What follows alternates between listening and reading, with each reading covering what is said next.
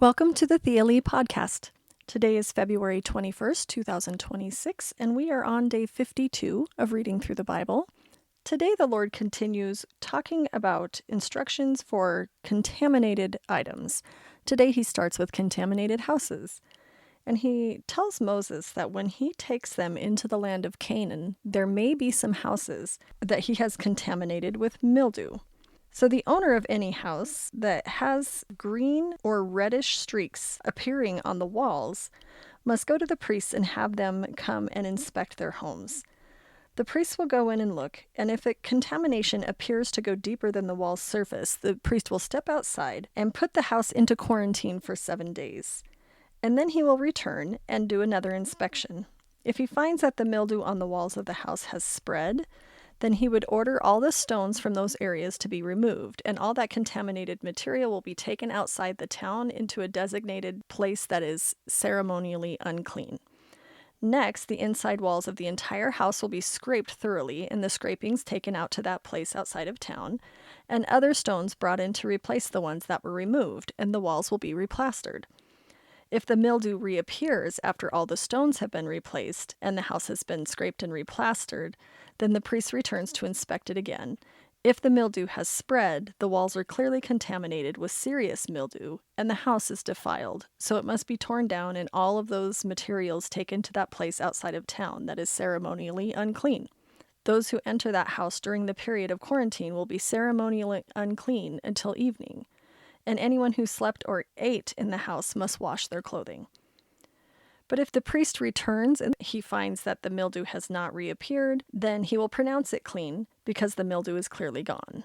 So then he'll purify the house, and he will take 2 birds, a stick of cedar, some scarlet yarn, and a hyssop branch. He will slaughter one of the birds over a clay pot filled with fresh water, and he will take the cedar stick, the hyssop branch, and the scarlet yarn, and the live bird, and dip them into the blood of the slaughtered bird and into the fresh water. Then he will sprinkle the house 7 times. When the priest has purified the house in exactly this way, he will release the live bird in the open fields outside the town, and then this process means the priest will purify the house and it will be ceremonially clean. Next, the Lord gives instructions about bodily discharges.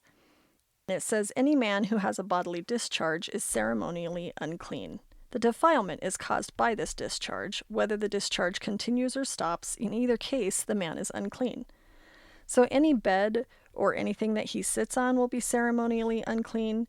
If you touch the man, you will be ceremonially unclean. Or if you touch the bed that he lies on or anything that he has touched, then you have to wash your clothes and bathe yourselves in water, and you will remain unclean until evening.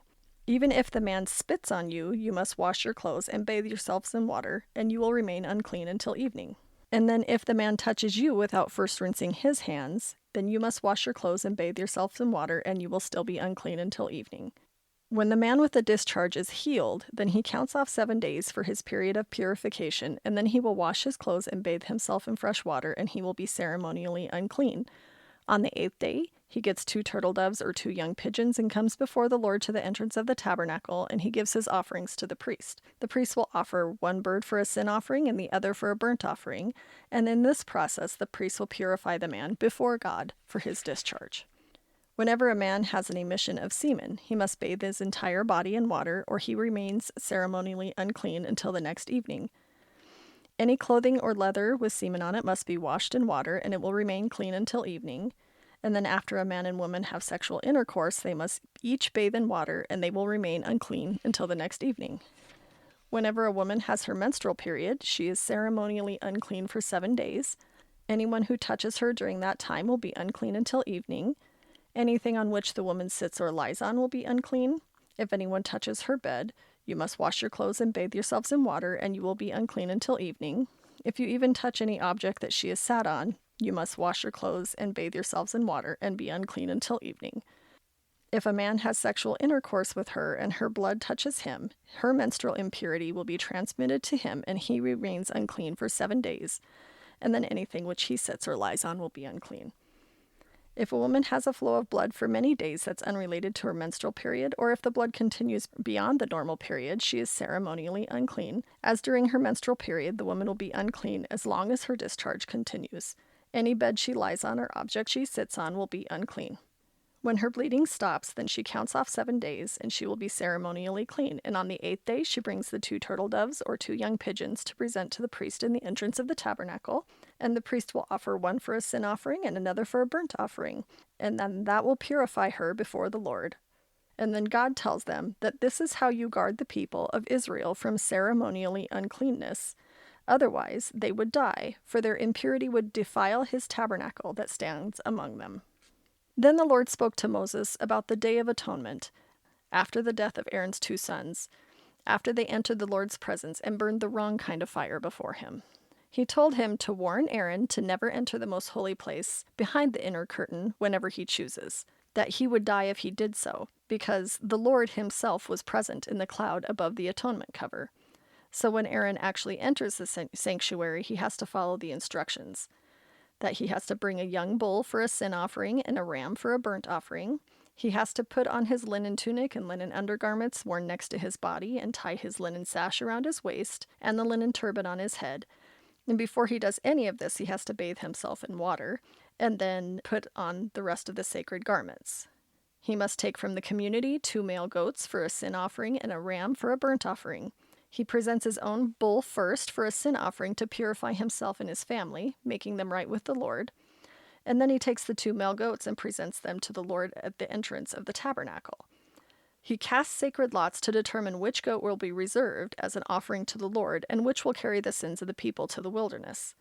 Then he'll present as a sin offering the goat chosen by lot for the Lord. And then the other goat, the scapegoat chosen by lot, will be sent away, but it's kept alive while standing in the presence of the Lord. And when it is sent away, then the people will be purified and made right with the Lord. Aaron presents his own bull as a sin offering to purify himself, making him right with the Lord and his family. After he slaughtered the bull, he will fill an incense burner with burning coals from the altar that stands before the Lord. Then he will take 2 handfuls of fragrant powdered incense, and he will carry the burner and the incense behind the inner curtain. There, in the Lord's presence, he will put the incense on the burning coals, so that a cloud of incense will rise over the ark's cover, the place of atonement that rests in the Ark of the Covenant. If he follows these instructions, he will not die. Then he must take some of the blood of the bull and dip his finger in it and sprinkle it on the east side of the atonement cover. He must sprinkle the blood 7 times with his finger in front of the atonement cover. Then Aaron slaughters the first goat as a sin offering for the people, and he carries its blood behind the inner curtain. There he will sprinkle the goat's blood over the atonement cover and in front of it, just as he did with the bull's blood. Through this process, he will purify the most holy place, and he will do the same for the entire tabernacle, because of the defiling sin and rebellion of the Israelites. No one else is allowed inside the tabernacle when Aaron enters it for the purification ceremony in the most holy place. No one can enter until he comes out again after purifying himself, his family, and all the congregation of Israel, making them right with God. Then Aaron will come out to purify the altar that stands before the Lord, and he does this by taking some of the blood of the bull and the goat and putting it on each of the horns of the altar. Then he must sprinkle the blood on his fingers 7 times over the altar. In this way he cleanses it from Israel's defilement and makes it holy. When he's done purifying the most holy place in the tabernacle, then he can present the live goat, and he lays both of his hands on the goat's head and confesses over it all of the wickedness, rebellion, and sins of the people of Israel. So he transfers the people's sins onto the goat, and then the man chosen for this task will take the goat out into the wilderness. And then as the goat goes into the wilderness, it's going to carry all the people's sins upon itself into a desolate land. Then Aaron goes back into the tabernacle. He must take off his linen garments he was wearing when he went into the most holy place, and he must leave the garments there. Then he must bathe himself in a sacred place, put on the regular garments, and go out to sacrifice a burnt offering for himself and a burnt offering for the people. And through that process, he's purifying himself and the people, making them right with God. Then he must burn all the fat of the sin offering on the altar. The man chosen to drive the scapegoat out into the wilderness of Azazel must wash his clothes and bathe himself in water, and then he can return to the camp. The bull and the goat presented as sin offerings, whose blood Aaron takes into the most holy place for purification, will be carried outside the camp, and the animal's hides, internal organs, and dung are all to be burned. The man who burns them must wash his clothes and bathe himself in water before returning to the camp. On the 10th day of the appointed month in early autumn, they must deny themselves. Neither native-born Israelites or foreigners living among them can do any kind of work. This is a permanent law for you. So they're talking now about the the celebration of the Day of Atonement. It will be a Sabbath day of complete rest, and you must deny yourselves. It's a permanent law for you. In future generations, the purification ceremony will be performed by the priest who has been anointed and ordained to serve as high priest in place of his ancestor Aaron. He will put on the holy linen garments and purify the most holy place, the tabernacle, the altar, the priests, and the entire congregation. This is a permanent law for you, to purify the people of Israel from their sins, making them right with the Lord, once each year. And it says that Moses followed all of these instructions exactly as the Lord had commanded him. Thanks for listening. We'll talk again tomorrow.